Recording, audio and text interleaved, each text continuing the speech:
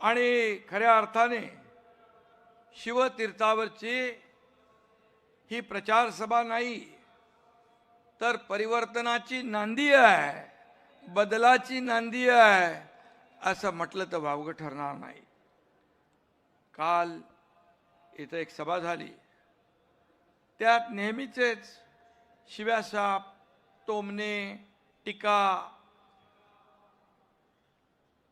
करून गेले. आता त्याची आम्हालाही सवय झाली आहे, तुम्हालाही सवय झाली आहे.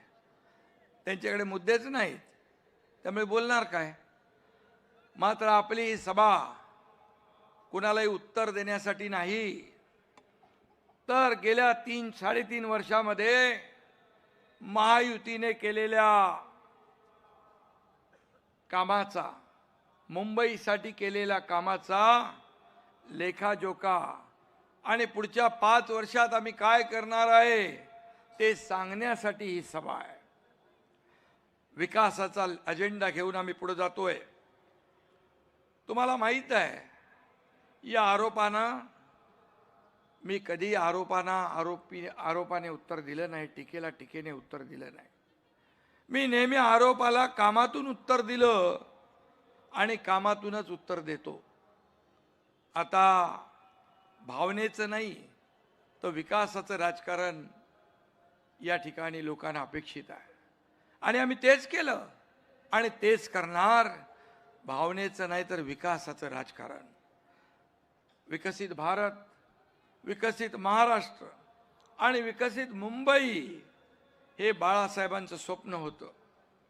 ते स्वप्न आपण साकार करतोय, ती जबाबदारी आम्ही घेतलेली आहे. मुंबई महाराष्ट्राचा मानबिंदू आहे, ही देशाची आर्थिक राजधानी आहे. आर्थिक राजधानी ती असली पाहिजे आणि आर्थिक राजधानी सारखीच ती असली पाहिजे आणि दिसलीही पाहिजे, हे आम्ही महायुतीने ठरवलेलं आहे. आणि म्हणून बाळासाहेबांचे विचार आणि आदरणीय देशाचे लोकप्रिय यशस्वी प्रधानमंत्री मोदीजींचं विजन घेऊन आपण पुढे चाललोय.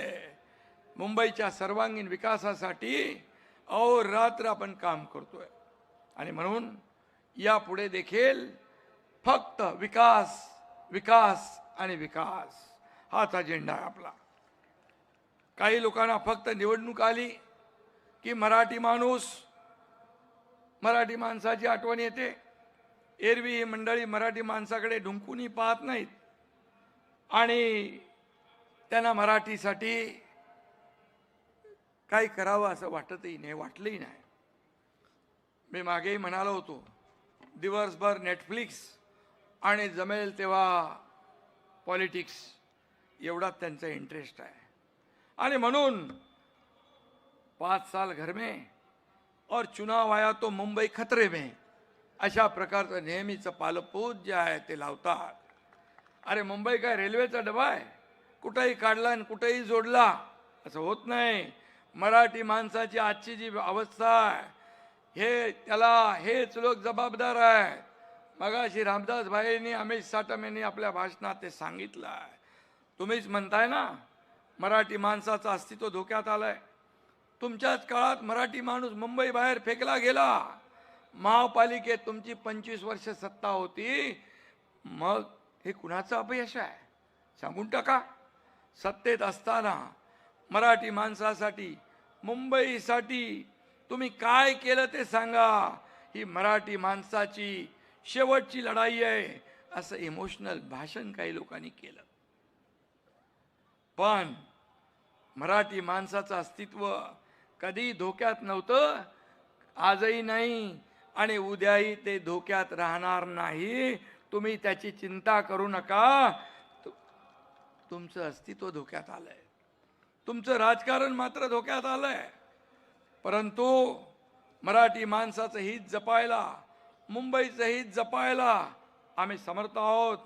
देवेंद्रजी इथे आहेत, मी इथे तुमच्या समोर आहे आणि मराठी माणूस आमच्या सोबत आहे. मराठी माणूस, मराठी माणूस, मराठी माणूस. अरे एकनाथ शिंदे का मराठी नाही? देवेंद्र फडणवीसजी काय मराठी नाहीत? मराठी माणसासाठी काय केलं ते सांगा. आज मी पुन्हा सांगतो, मुंबईतली मराठी माणसाचं महत्त्व कधी कमी होणार नाही आणि त्यासाठी येणारा महापौर महायुतीचाच असेल आणि मराठीच असेल. मुंबईवर युतीचा भगवा फडकणार, महायुतीचा भगवा फडकणार. ही काळ्या दगडावरची भगवी रेघ आहे, लिहून ठेवा तुम्ही. खर तर यांच्यामुळेच मुंबईकर मुंबईच्या बाहेर गेला. इकडे वसई विरार नाला सोपारा, इकडे बदलापूर अंबरनाथ वांगणी इकडे गेला. ह्या तुमच्यामुळे गेलाय का? यांच्यावर जाण्याची वेळ आली आणि म्हणून यांना पुन्हा सन्मानाने मुंबईकर जो बाहेर गेला त्याला पुन्हा मुंबईत आणण्याचं काम ही महायुती केल्याशिवाय राहणार नाही. अशा प्रकारचं काम आम्ही करतोय. मुंबईकरांना घर, त्यांना रोजगार, मूलभूत सोयी सुविधा देणं हेच आमचं मिशन आहे. हेच आमचं मिशन आहे. देवेंद्रजीने आम्ही ठरवलेलं आहे, आता मुंबईकर जो गेलाय बाहेर, जो रडतोय, त्याला भाडं नाही, बेघर झालाय, त्याला पुन्हा मुंबईत आणू, हे आम्ही ठरवलेलं आहे. हा संकल्प आम्ही केलेला आहे. आम्ही हवेत बोलत नाही, आमचं काम बोलतंय. 3.5 वर्षाचं काम बघा, काम बघा, डोळ्यांनी बघा आणि मग बोला आमच्यावर. आमचं no settlement, only development. No settlement, only development हा आमचा अजेंडा आहे. त्यांचं करप्शन फर्स्ट होतं, आमचं मुंबई फर्स्ट आहे. मुंबई फर्स्ट. आणि म्हणून आम्ही मराठी माणसासाठी काय केलं ते मी सांगतो. नीट ऐका तुम्ही, ऐका. 20,000 इमारतींना ओसी देण्याचा निर्णय आमच्या महायुती सरकारने घेतला. 20,000 इमारती, 20,000 लोक नाहीत. पागडी मुक्त मुंबई, पागडी मुक्त मुंबई करण्याचा निर्णय आमच्या महायुती सरकारने घेतला. फनेल झोन मध्ये अडकलेलं रिडेव्हलपमेंट करण्याचा निर्णय आमच्या सरकारने घेतला. झोपडपट्टी मुक्त मुंबईसाठी 17 मोठे झोपडपट्ट्यांचे क्लस्टर करण्याचा निर्णय आम्ही घेतला. खड्डे मुक्त मुंबई करण्याचा निर्णय आम्ही घेतला. मला आठवतंय, मी मुख्यमंत्री होतो, देवेंद्रजी आणि आम्ही ठरवलं, आयुक्तांना बोलवलं, का खड्ड्यातून प्रवास आमच्या जनतेचा, मुंबईकरांचा, तुम्ही सगळे रस्ते काँक्रीटचे करा. 2 फेजमध्ये आपण मुंबईतले सगळे रस्ते काँक्रीटचे करतोय.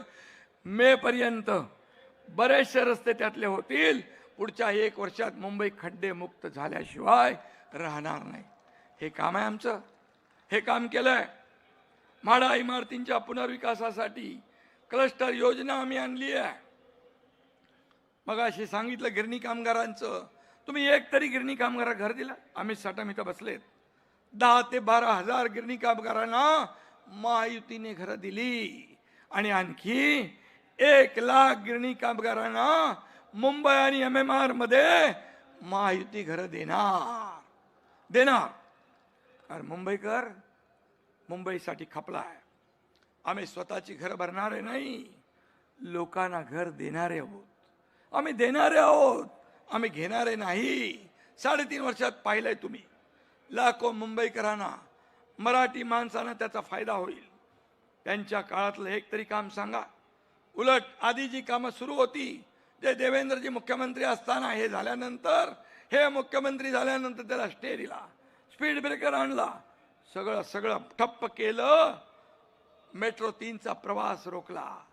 पण आमचं सरकार आल्यानंतर सगळे स्पीड ब्रेकर हटवले. मेट्रोचं स्पीड ब्रेकर हटवलं, मेट्रो चालू झाली, कारशेड सुरू झाला, रस्त्याचं काम सुरू झालं, समृद्धीचं काम सुरू झालं, बुलेट ट्रेनचं काम सुरू झालं, सगळं सुरू झालं. अटल सेतूचं काम सुरू झालं. या लोकांनी काम रोखलं म्हणून 10,000 कोटींचा खर्च वाढला.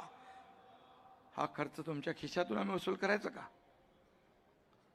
तुमच्या अडेल तट्टू भूमिकेमुळे तुम्ही हे प्रकल्प रोखले. मुंबईकरांचे हाल झाले. लोकल गर्दीमध्ये लोक गुदमरले. याला जबाबदार कोण? खरं तर हे लोक विकास विरोधी, अँटी डेव्हलपमेंट आपण म्हणतो ना, तशा प्रकारचे लोक आपण पाहिले. मुंबईत सुरू असलेल्या पुनर्विकासाच्या कामामुळं यांना खोकला होतो म्हणे, कुठेतरी म्हणाले. पण वर्षानुवर्षे झोपडपट्ट्यांमध्ये आणि धोकादायक इमारतीमध्ये राहणाऱ्या लोकांपेक्षा यांच्या स्वतःच्या खोकल्याचं कौतुक मोठं आहे. अरे, स्वतःच्या बंगल्याला परमिशन आणि गरिबांच्या घरांमुळे पोल्युशन होतंय, प्रदूषण होतंय. तुम्ही बंगल्यावर बंगले बांधा आणि या गोरगरिबांनी झोपडपट्टीमध्ये त्या बाथरूमच्या टॉयलेटच्या पाण्यामध्ये, गटाराच्या पाण्याच्या बाजूला राहायचं, खितपत पडायचं. लोकांच्या वेदना जाणून घ्यायला कुणाचा जन्म कुठे झाला हे महत्वाचं नसतं. काहीतरी म्हणाले ते. आणि म्हणून सर्वसामान्यांसाठी कोण पोटतिडकीने काम करतोय ते महत्वाचं आहे. तुम्हाला कळणार कसं? देवेंद्रजी काय, मी काय, आम्ही ऑन फील्ड काम करणारे आहोत, आम्ही जमिनीवरचे कार्यकर्ते आहोत. तुम्ही घरात बसता, घरात बसलेल्यांना दुःख काय कळणार, लोकांची काय वेदना कळणार? आणि म्हणून मी एकच सांगतो, मागे पहलगाममध्ये हल्ला झाला, त्यात आपले हिंदू बांधव मारले गेले, मराठी माणसंही होती, आपल्या आया बहिणींचं कुंकू पुसलं गेलं, तेव्हा हे लंडनच्या थंड हवेत थंड बसले होते ना. या हल्ल्यानंतर या देशाचे प्रधानमंत्री दौरा अर्धवट सोडून भारतात परतले, पण यांनी काही लंडन सोडलं नाही. अरे काय असा जीव अडकलाय तिकडं त्या लंडन मध्ये? असं काय आहे तिथे? काय आहे? घबाड आहे? जाऊ द्या, सगळी माहिती माझ्याकडे आहे, पण मी त्या खोलात जाऊ इच्छित नाही. यांच्याकडे पण आहे. आज जे लोक मराठी माणसाच्या नावाने गळे काढतात ते निवडणूक संपल्यानंतर आराम करायला कुठे जातात ते तुम्हाला माहित आहे. परत येतील ना. यांना मुंबईशी काही देणं घेणं नाही, मराठी माणसाशी काही देणं घेणं नाही. आता म्हणतात आमच्या वादापेक्षा महाराष्ट्र मोठा आहे, वादापेक्षा. अरे मग मी म्हणतो, 20 वर्षापूर्वी वेगळे का झालात? त्यावेळी तुमच्यासाठी महाराष्ट्र काय छोटा होता? बाळासाहेबांची इच्छा होती तेव्हा ती पूर्ण नाही केली. त्यावेळी बाळासाहेबांपेक्षा तुमचा स्वार्थ मोठा होता, अहंकार मोठा होता. हे साऱ्या महाराष्ट्राने पाहिलेलं आहे. एकमेकांविषयी काल परवापर्यंत एकत्र येण्यापर्यंत काय काय बोललात तेही आठवा. स्वार्थासाठी वेगळे झालात आणि स्वार्थासाठीच एकत्र आलात ही मुंबईकर जनता जाणते आहे. हे मुंबईकरांना पक्क माहित आहे. मराठी माणसाच्या नावाने खोटा पुळका, खोटं प्रेम दाखवण्याची आवश्यकता नाही. हे पुतना मावशीचं प्रेम आहे, हे खरं प्रेम आहे. आणि म्हणून मराठी माणसाने सावध राहणं आवश्यक आहे. मराठी माणसासाठी काय त्यांनी केलं हे आठवून बघा. आणि आम्ही 3.5 वर्षात, या मागचं तर जाऊ द्या, 3.5 वर्षात काय केलं ते बघा, काय करतोय तेही बघा. 20 वर्षात आम्ही विचारांची भूमिका, बाळासाहेबांच्या विचारांची भूमिका घेतली, तर खालच्या पातळीवर जाऊन टीका करता. मग तुमच्या भावाचे नगरसेवक फोडले तेव्हा किती तुम्ही दानदक्षिणा घेतली हो तेही एकदा सांगा. तेही सांगा. तेव्हा काही वाटलं नाही. 25 वर्ष मुंबईला लुटणारे आज भ्रष्टाचारावर बोलताय. ही मोठी गंमत आहे, मोठा जोक आहे. आणि म्हणून आम्ही आयत्या बिळावरचे नागोबा नाही, आम्ही कार्यकर्त्यातून मोठे झालोय. कार्यकर्ता काम करून करून या ठिकाणी मोठा झालेला आहे. आम्ही तुमचं काय जाताना घेऊन गेलो नाही. आम्ही मंत्रिपद सोडून गेलो, सत्तेवर पाणी सोडून गेलो, असं एक तरी उदाहरण महाराष्ट्राने देशात दाखवून द्या. आणि आमचं सरकार स्थापन झालं, युतीचं गठबंधनचं सरकार स्थापन झालं. तुम्हीच आम्हाला दुष्ण देता. मगाशी रामदासबाईंनी सांगितलं, मी त्याच्यावर बोलत नाही, पण मराठी माणसाच्या आणि भारतीय जनता पक्षाच्या पाठीत खंजीर खुमसण्याचं काम तुम्ही केलं. मराठी माणसाने, मुंबईने, महाराष्ट्राने मॅन्डेट दिलं होतं शिवसेना भाजपा युतीचं, ते तुम्ही तोडलं. आता महायुतीने केलेली कामं चोरणारी कामचोर टोळी आता नवीन सुरू झाली आहे, सक्रिय झालेली आहे. कुठंही बघितलं तर हे मी केलं, ते मी केलं, आम्ही केलं. त्याचे होर्डिंग पण बघितले, मी लावलेत होर्डिंग. स्थगित्या देण्याशिवाय तुम्ही काय केलं ते सांगा. फक्त तुम्ही काहीच करून दाखवलं नाही, फक्त तुम्ही खाऊनच दाखवलं. कोणी कोविड रुग्णांची खिचडीले पैसे खाऊन दाखवले, बॉडी बॅग मधले पैसे खाऊन दाखवले, कोविड सेंटरचे पैसे खाऊन दाखवले, मिठीच्या गाळ खाऊन दाखवला. अरे रस्त्यावरचं डांबरही खाल्लं. मराठी माणसा, मराठी ठेकेदारांना ब्लॅकलिस्ट करण्याचं पापही तुम्ही केलं. मुंबईची मोकळी मैदान आणि भूखंड कोणी कुणाच्या खिशात आणि घशात घातली तेही बघा, आठवा. रस्त्यावरचे काम करणाऱ्या कंपनीला, पेंग्विनचं कोणतं नाव घेतलं, ती कंपनीला दिलं. बोरिवलीच्या कपडे व्यापाऱ्याला ऑक्सिजन प्लांट उभारण्याचं काम दिलं. वा रे वा. कोण आहे तुमचा लाडका रोमिल छेडा? मराठी मुलांनी यांच्यासाठी करायचा राडा आणि टेंडर घेणार यांचा रोमिल छडा. असं कसं होईल? जिथे टेंडर तिथे सरेंडर, ही यांची नीती आहे. जिथे नाही कमिशन तिथे स्पीड ब्रेकर, ही यांची नीती आहे. कसं चालणार? करून दाखवल्यासारखी होर्डिंग लावली ना, आता खाऊन दाखवलं त्याची होर्डिंग पण लावून टाका. काय काय खाल्लंय ते दाखवा त्याच्यावर. हा माझा सवाल आहे. कोविडमध्ये काम केलं म्हणून स्वतःची पाठ थोपटून घेतली, घ्या. पण तुम्ही घरात होतात, आम्ही रस्त्यावर होतो, पीपी किट घालून फिरत होतो, हॉस्पिटलमध्ये सगळ्यांना दिलासा देत होतो, लोकांना भेटत होतो. तुम्ही काय करत होता? लोक मरत होती कोविडमध्ये, तुम्ही पैसे बनवत होता. यापेक्षा दुसरं काय पाप असू शकतं? आणि म्हणून पैशासाठी मुंबईच्या लोकांच्या जीवाशी खेळण्याचं काम केलं. किती किस्से वाचवायचे, जाऊ दे, ते किती किस्से वाचायला गेलो तर रात्र पुरणार नाही. आम्ही सत्तेवर येताच कोस्टलच्या कामाला गती दिली. त्यावेळेस मला आठवतंय, मी देखील देवेंद्रजींच्या सरकारमध्ये मंत्री होतो. सर्व परवानग्या आणण्याचं काम मुख्यमंत्र्यांनी केलं. केंद्राच्या परवानग्या राज्याचं तर आम्ही दिल्या, पण मुंबई महापालिकेच्या परवानग्या पण 3-3 वर्ष लटकवल्या होत्या. तेव्हा काय बघितलं तुम्ही? त्याचबरोबर फंजिबल FSI देण्याचा निर्णय अगोदरचा होता, पण त्याच्यातून येणारे पैसे या अशा प्रकल्पांना लावता येतील, वापरता येतील, हे आपल्या सरकारने निर्णय घेतला. हे आमच्या सरकारने निर्णय, परवानग्या पण आणल्या, पैसे पण आणले. 20,000 25,000 कोटी फंजिबल FSI मधून निघाले. मग तुम्ही काय केलं? अरे भूमिपूजनाला देखील, साध्या भूमिपूजनाला लपून छपून केलं. ज्या मुख्यमंत्र्यांनी हे सर्व घडवून आणलं त्यांनाही बोलवण्याचं औदार्य दाखवलं नाही. हा केवढा कद्रूपणा आहे. आणि म्हणून आम्ही जाऊ देते. नरिमन पॉइंटचा माणूस बांद्र्याला 15 मिनिटात पोहोचतोय कोस्टल रोडमुळे. हा कोस्टल रोड आम्ही विरार पर्यंत नेणार आहोत. वर्सोवा ते भाईंदर, भाईंदर ते विरार.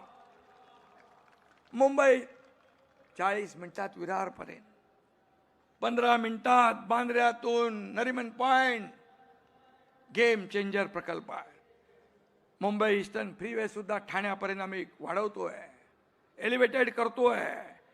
मेट्रोच्या कामाला तुम्ही दिलेली स्थगिती उठवली मगाशी मी सांगितलं. लाखो लोक आज प्रवास करतात. ठाणे, बोरिवली, गोरेगाव, मुलुंड, ऑरेंज गेट ते नरिमन पॉइंट असे भुयारी रस्ते, यामुळे मीरा भाईंदर, ठाणे असा आउटर रिंग रोड तयार होतोय, मुंबईशी जोडला जातोय. त्यामुळे वाहतुकीवरचा ताण कमी होईल. विक्रोळी, कोपरखेरणे, महापे, दैसर ही एक सगळी कनेक्टिव्हिटी तयार होते. MMR क्षेत्रात देखील लास्ट माईल कनेक्टिव्हिटी मिळाली पाहिजे म्हणून पॉट टॅक्सीचा देखील आम्ही उपक्रम सुरू करतोय.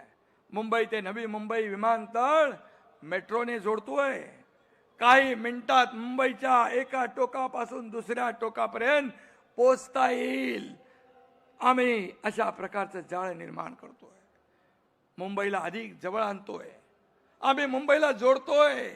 आम्ही मुंबईला जोडणारे आहोत, तोडणारे नाही. तोडणारे नाही. त्यामुळे मुंबईतला प्रवासाचा वेळ वाचेल, खर्च वाचेल, कुटुंबाला जास्त वेळ देता येईल, त्याला आनंदी करता येईल आणि म्हणून त्याच्या आयुष्यामध्ये आनंदाचे दिवस येतील.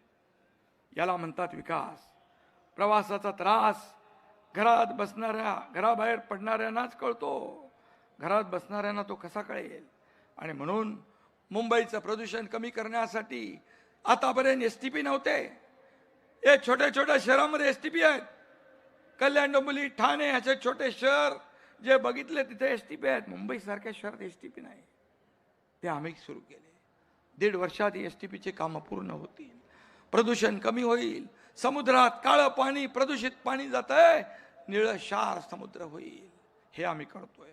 रेसकोर्स येथे 300 एकराचा मोठा सेंट्रल पार्क उभा करतोय. मोठा ऑक्सिजन पार्क, 25 एकर जागा आम्ही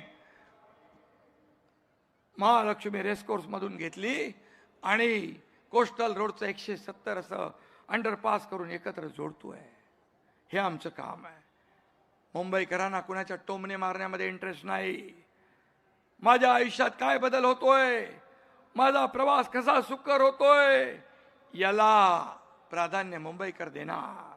आम्हालाही काय मिळालं यापेक्षा आम्ही मुंबईला काय देणार याच्यात आम्हाला इंटरेस्ट आहे. मुंबईच्या पायाभूत सुविधांसह या शहरात रोजगार वाढला पाहिजे. आपल्याला मुंबईला फिनटेक कॅपिटल करायचं आहे.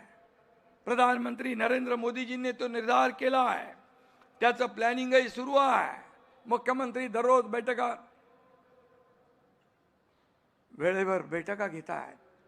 या मुंबईला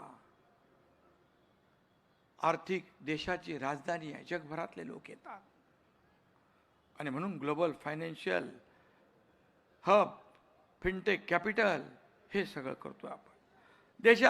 देशाला आर्थिक महासत्ता व्हायचं असेल त्यात मुंबईच्या विकासाचा महत्त्वाचं योगदान आवश्यक आहे. हे प्रधानमंत्री स्वतः सांगतात. मोदीजींनी या मुंबईला महाराष्ट्राला 10 वर्षात 10 लाख कोटी दिले विकासाला. 10 लाख कोटी. काय दिलं? तुमच्या काळात तर काय मागायलाच गेले नाही. एवढा इगो होता, एवढा अहंकार होता. त्यामुळे राज्याचं नुकसान केलं. मराठी भाषेला आपल्या मोदीजींनी मराठी भाषेचा दर्जा आम्ही जे इथे निर्णय घेतला त्याला तात्काळ होकार दिला. आणि त्याच मोदीजींवर खालच्या पातळीवर तुम्ही टीका करताय. ज्यांनी बाळासाहेबांचं स्वप्न पूर्ण केलं, अयोध्येत राम मंदिर बांधलं, 370 कलम काश्मीरचं मोदीजींच्या मार्गदर्शनाखाली गृहमंत्री अमित भाईंनी केलं, त्यांना तुम्ही शिवाय देताय. थोडी तरी जनाची नाही तर मनाची. ठीक आहे, 76,000 कोटींचं बंदर आपल्याला पालघरला दिलं. तो विकासही तुमच्या डोळ्यात खुपतोय. आणि म्हणून 10 वर्षात प्रकल्प महाराष्ट्रात येत आहे. महाराष्ट्राच्या ग्रोथ इंजिनला वेग येतोय. आता मुख्यमंत्री दावोसला जाणार आहेत. मी जेव्हा दावोसला गेलो तेव्हा परदेशी गुंतवणूक मोठ्या प्रमाणात. जेव्हा मुख्यमंत्री मागच्या वेळेस गेले तेव्हा देखील परदेशी गुंतवणूक आली. आता देखील मोठ्या प्रमाणात परदेशी गुंतवणूक येईल. रोजगार मिळेल. हे आमचं काम आहे. काम बोलतंय. आणि म्हणून जेव्हा प्रकल्प येत नाही तेव्हा महाराष्ट्र अन्याय होतो म्हणता. आणि प्रकल्प झाले आले तर मुंबई तोडण्याचा डाव असं म्हणता, असं रडगाणं नेहमी तुम्ही गाता. तुमची दुटप्पी भूमिका लोकांना समजली आहे. महाविकास आघाडीच्या काळात महाराष्ट्रात एकही उद्योग आला नाही. महाराष्ट्र FDI मध्ये 3रा क्रमांकावर होता. गुजरात कर्नाटक आपल्या महाराष्ट्राच्या पुढे होता. पण आपलं महायुतीचं सरकार आल्यानंतर महाराष्ट्र पुन्हा 1 नंबरला आला. आणि तुमच्या राजकारणापेक्षा महाराष्ट्र मोठा आहे म्हणताना मग महाराष्ट्राला 1 नंबर करण्यासाठी 1 नंबर करण्यासाठी तसं वागून तरी दाखवा. कालच आमचा वचननामा प्रसिद्ध केला आहे. लाडक्या बहिणींना BST मध्ये 50% सवलत देण्याचा निर्णय आपल्या सरकारने घेतला. लाडक्या बहिणींना 5 लाख रुपये बिनव्याजी कर्ज देण्याचा निर्णय घेतला. खूप निर्णय घेतले, त्याच्यामध्ये मी जात नाही, वचननामा आहे. माझ्या लाडक्या बहिणींना 1,500 रुपये देऊ नका म्हणून निवडणूक आयोगाकडे हेच काँग्रेस महाविकास आघाडी गेली आहे. त्यांना आमच्या लाडक्या बहिणी बरोबर जोडा दाखवतीलच, जसा विधानसभेत दाखवला. त्यांनी खोडा घातल्याबरोबर 232 नंबरचा जोडा माझ्या लाडक्या बहिणींनी त्यांना दाखवला आणि घरी बसवून टाकलं. आणि म्हणून हे कसले भाऊ, हे दुष्ट सावत्र भावानं या लाडक्या बहिणी 15 तारखेला त्यांची जागा दाखवल्याशिवाय राहणार नाही. नवी काय उद्योगपतीच्या नावाने फेक नरेटिव्ह सुरू आहे. किती बोलले काय माहीत नाही. त्यामध्ये धारावी पुनर्विकासाचा प्रकल्प अदानी कुणी दिला? सेकलिंगचा रद्द करून कुणी दिला अदानीला? नवी मुंबईचं एअरपोर्ट कुणी दिलं? तेव्हा मुख्यमंत्री कोण होतं हे पण बघा. त्याचबरोबर तुम्हाला ज्यांना द्यायचं काम होतं त्यांना देऊन झालं. सत्तेत असताना एक भूमिका, सत्तेतून उतरल्यावर दुसरी भूमिका. अचानक युटर्न कशासाठी? जागा दिल्या आमच्यावर आरोप करता. मग मला सांगा, मुंबईची मोकळी मैदानं आणि भूखंड कोणी दिले? या उद्योगपतींचे संबंध, चांगले संबंध कुणाकुणाबरोबर आहेत? 2 वर्षापूर्वी मुख्यमंत्री महोदयजी कलानगरला कुणाच्या घरी गेले? 1.5-2 तास बंद दाराआड चर्चा केली. कुणाबरोबर केली? तेच उद्योगपती शिवाजी पार्कला जेवायला गेले की नाही? त्याचे फोटो आहेत आपल्याकडे. ही कसली डिनर डिप्लोमसी?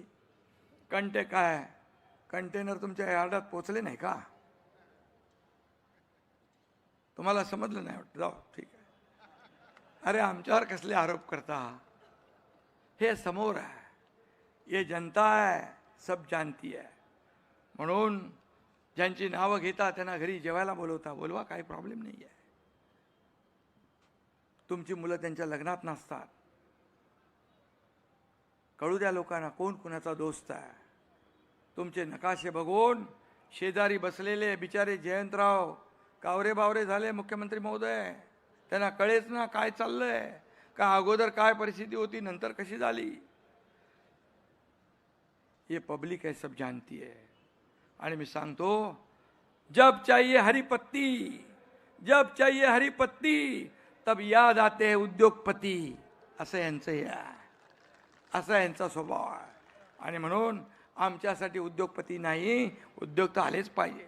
पण मुंबई फर्स्ट आणि मुंबईकर फर्स्ट हीच आमची भूमिका आहे.